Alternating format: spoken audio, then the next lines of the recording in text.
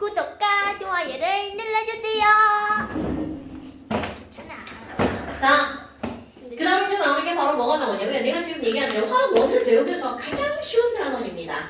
제목은 가역반응과 동적 평형. 자, 여러분 가역반응이라고 하는 거는 도대체 뭐니? 자, 이거 가짜는 가능할 가짜입니다. 역자는 거꾸로 역자입니다. 거꾸로 반응이 가능한 거. 무슨 말이니? 너네들 말이야. 종이가 있어요. 우와. 종이가 막 타면 뭐가 되나요? 재가 되죠. 그리고 연기가 막 날아가 버리죠. 이상하다는 소리. 그런데 조금 있다 보니까 날아가던 연기가 돌아와서 쟤랑 만났어. 그럼 막 다시 막 종이가 만들어지고 있던 걸 이렇게 말하면 어떻게 돼? 병신이냐? 병신이냐? 이제 누구 왔어요? 그럼 이 얘기는 그 병신은 거꾸로 반응이 일어난다는 거야? 안 일어난다는 거야? 안 일어난다는 걸 말하는 거죠. 그런데 물이 수증기가 됐어. 그런데 수증기가 다시 물이 된대 라는 건 수봉이 돼안돼? 되죠. 그럼 이렇게 어떤 반응에서 거꾸로 반응이 일어나는 반응이 있고 일어나지 않는 반응이 있죠. 그럼 이때 전세계 약속 화살표가 오른쪽으로 가는 반응을 우리는 발을 정자 무슨 반응이라고 약속을 하냐면 정반응. 그러니까 이건 정반응은 일어나죠. 그 거꾸로 가는 반응은 거꾸로 역자 무슨 반응? 역반응이라고 하는 겁니다. 그럼 얘는 역반응이 일어나지 않아. 이건 역반응이 일어나. 그러니까 역반응이 가능한 반응을 우리는 뭐라고 부르는 거야? 가역반응. 그럼 얘는 역반응이 가능하지 않아. 그러니까 무슨 반응이라고 하겠어요? 비가역반응. 그러니까 얘네들 이제 용어 하나를 안 거야? 비가역반응과 가역반응. 그럼 우리는 뭘 다룰 거니? 가역반응을 다룰 겁니다. 그럼 비가역반응이 어떤 게 있는지 그 예 몇 가지만 한번 볼 거예요. 딱 네 가지 볼 겁니다. 비가역반응의 가장 대표적인 예가 바로 뭐예요? 지금 얘기한 거. 연소반응. 타는 건 절대 비가역반응입니다. 조금도 가역반응이 아니라는 거죠. 재밌겠어요? 그 다음에 또 뭐가 있니? 어떤 반응에서 기체가 발생해서 나라가 번졌어. 그런데 그 기체가 혼자 막 스스로 돌아와서 다시 반응이 일어나? 불가능한 얘기죠. 그러니까 기체가 발생하는 반응은 비가역 반응.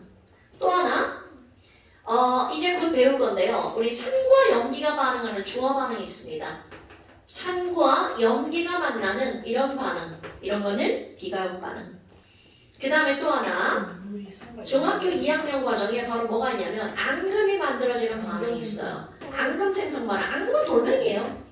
돌멩이가 만들어졌어. 그럼 그 돌멩이가 막 다른 애들이랑 반응해서 막 뭔가 변화가 일어나. 그럼 이 세상은 뒤집어졌을걸요? 막 모든 돌멩이들이 막 다른 거랑 반응해가지고 막 이상한 반응이 일어나면 땅이 사라지겠죠. 암석이 우리 저기 표면 말고 속으로 들어가면 막 바위인데 그 바위가 어디 갈 거야? 말도 안 되죠. 그러니까 역반응이 일어나지 않는 반응은 이렇게 앞자만 따서 4개 정도만 외워줄 거예요. 연기, 중앙대, 연기, 연극학과, 중앙, 연기, 중앙. 말도 안 되는 얘기 하는 거야. 그냥 외우세요.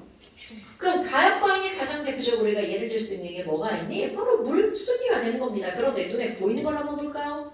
물을 확인하는 종이가 뭐였는지 기억나십니까? 오!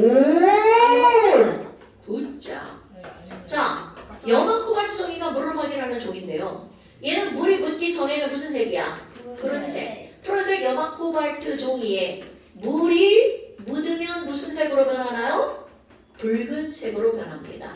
그런데 다시 물이 마르면 무슨 색이 될까요? 그럼요. 그럼 이런 것들이 예전에는 염화 코발트라고 하는 COCl2야. 그럼 이게 종이에 묻어있을 땐 솔리드야. 그런데 이 친구가 물에 있는 거면 어떻게 될까요? 이온화가 되죠. 코발트 이온이 되고 ECl-가 되죠? 바로 요놈이 무슨 색? 빨간색. 요놈이 무슨 색? 파란색. 그 물 다시 마르면 파랑. 물 묻으면 빨강. 이렇게 거꾸로 반응이 일어나는 거. 이건 눈에 보이는 가역 반응이죠. 물건쓰기는 눈에 확 보이진 않죠. 그런데 오늘 아침에도 안개가 엄청 꼈더라고요. 그럼 안개가 엄청 꼈더라고요. 그럼 안개는 공기 중에 있던 수증기가 밤에 온도가 낮아지면서 아주 작은 물방울로 변한 거죠. 오케이.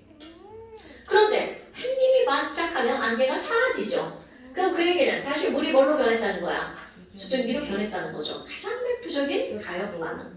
자, 그렇다면 이거를 내가 여기다 뭐를 할 거니? 자, 이제 중요한 용어 하나가 등장할 건데요. 여러분, 이런 컵에다가 물을 담아 놓을 거야. 네. 그럼 물 표면에 있던 H2O가 분자 운동에 의해서 스스로 어떻게 할까요?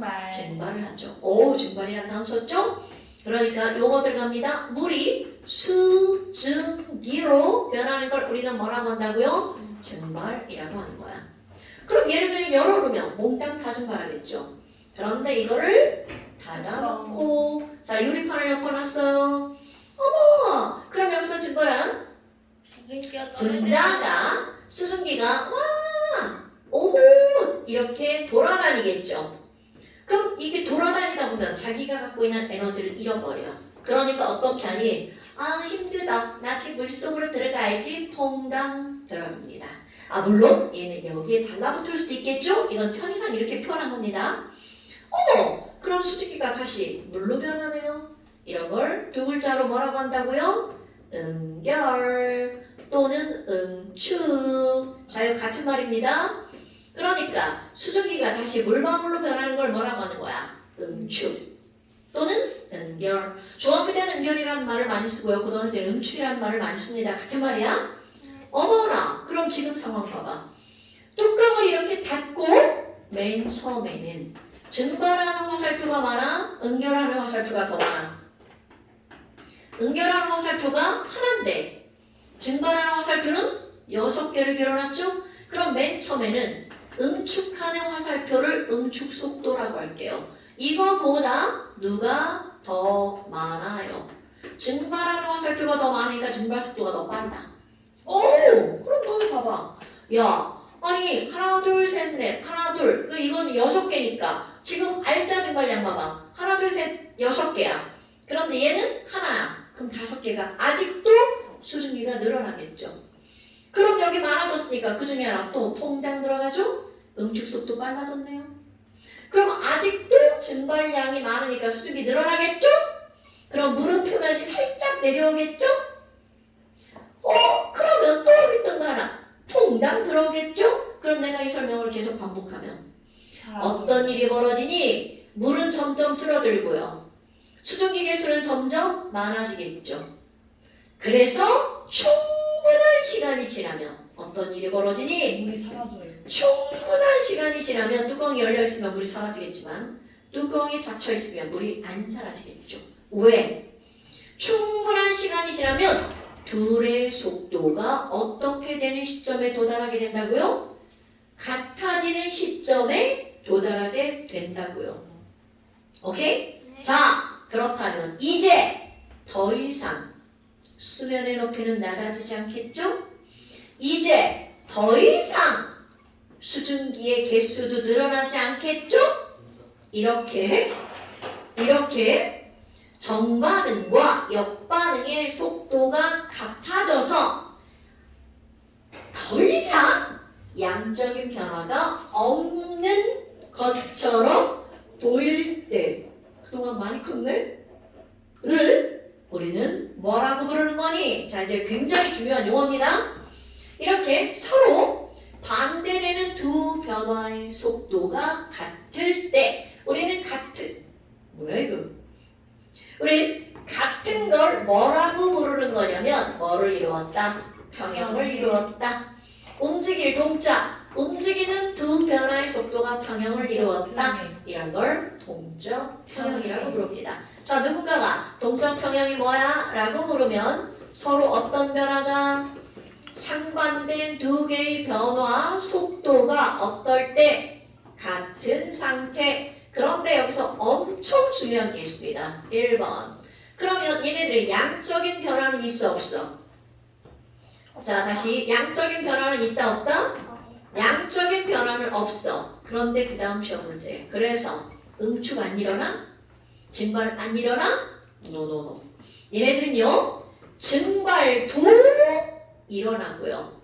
응축도 일어나는 거야. 이게 대빵 중요한 거야. 그런데 왜 양적인 변화가 없어? 두 속도가 어떠니까? 똑같으니까. 버스를 탔는데 앞에서 2명이 탔는데 뒤에서 2명 내려. 다음 정거장 2명 탔는데 2명 내려. 다음 정거장 2명 탔는데 2명 내려. 그럼 이 얘기는 버스 안에 사람의 종류는 다 바뀌는데 사람의 개수는 안 변하죠? 그런 걸 우리는 뭐라고 부른다고요? 동적 평형이라고 부른다고요. 됐어요? 지금 너네 이제 생뚱맞은 처음 들어보는 단어를 배운 거지만 어려운 건 아니라는 거죠. 그럼 지금 한 상황을 그래프로 한번 그려보잖아요. 시간이 지남에 따라서 속도를 어떻게 그릴 거니? 그런데 증발 속도는 하나, 둘, 하얀 색깔 6개 쭉 그대로 이렇게 그렸단 말이죠. 그런데 응축 속도는 처음에 0부터 시작해서 점점 늘어나서 언젠가는 둘이 만나는 시점에 도달하게 되죠? 둘이 만난 이유를 우리는 뭐라고 부른다고요? 동적 평형. 어머, 그럼 처음에는 응축 속도가 증발 속도보다 느리단 말이죠. 그러니까 요만큼이 알짜 증발량이 되겠죠. 그럼 알짜 증발량은 계속 어떻게 되는 거야? 누적, 늘어나겠죠. 그래서 어디부터 늘어나지 않는 거야? 바로 평형이 이루어진 이후부터. 됐습니까, 여러분? 그럼 물도 줄어들다가 수면의 높이가 줄어들다가 평형이 이루어진 이후부터는 변함이 없겠죠. 됐나요? 그럼 이런 상태를 동적 평형의 상태를 일컬어서 우리는 무슨 상태라고 부르는 거니? 포화 상태라고 부릅니다. 그러니까 공기 중에 안개가 낀 날은 포화 상태인 거야.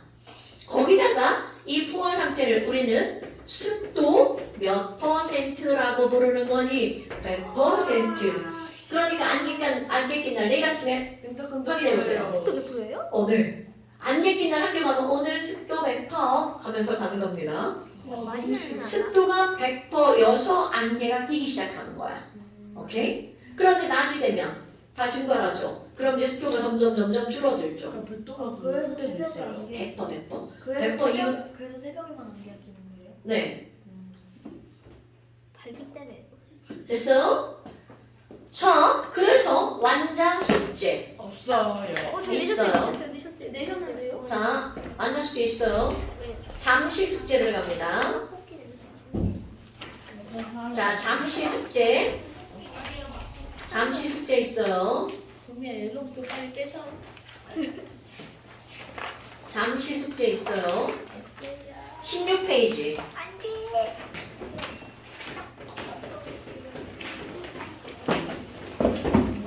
하지 않겠어. 15번부터 18번까지. 15번부터 18번까지. 그 다음에 완자 조금 더 늘어납니다. 남자 집어넣어. 엄청 쉬워요. 제 최고이. 깜짝 중요히. 엄청 쉬워요. 살려기 쉬워.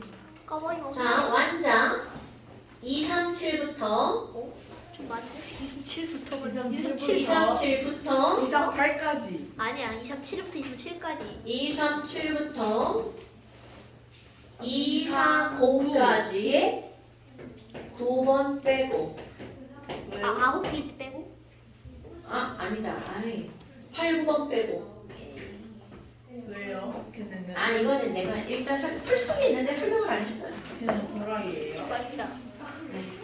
자, 오늘 여기까지 고생하셨습니다. 영상을 재밌게 보셨다면 구독만 눌러주세요. 부장의 큰 힘이 야, 이게 됩니다. 재밌을 영상은 아니지 않냐? 재밌을 수 있죠. 돈이 되었다면 도움이 되었다면. 얘 완전 버리고 가요. 다현아 숙제 안 하려고 그랬어? 네. 이런 당당하는 게 짝기 나오나? 돈을 아까 빨리 안 나오나? 윤서 씨한테 물었잖아. 그러니까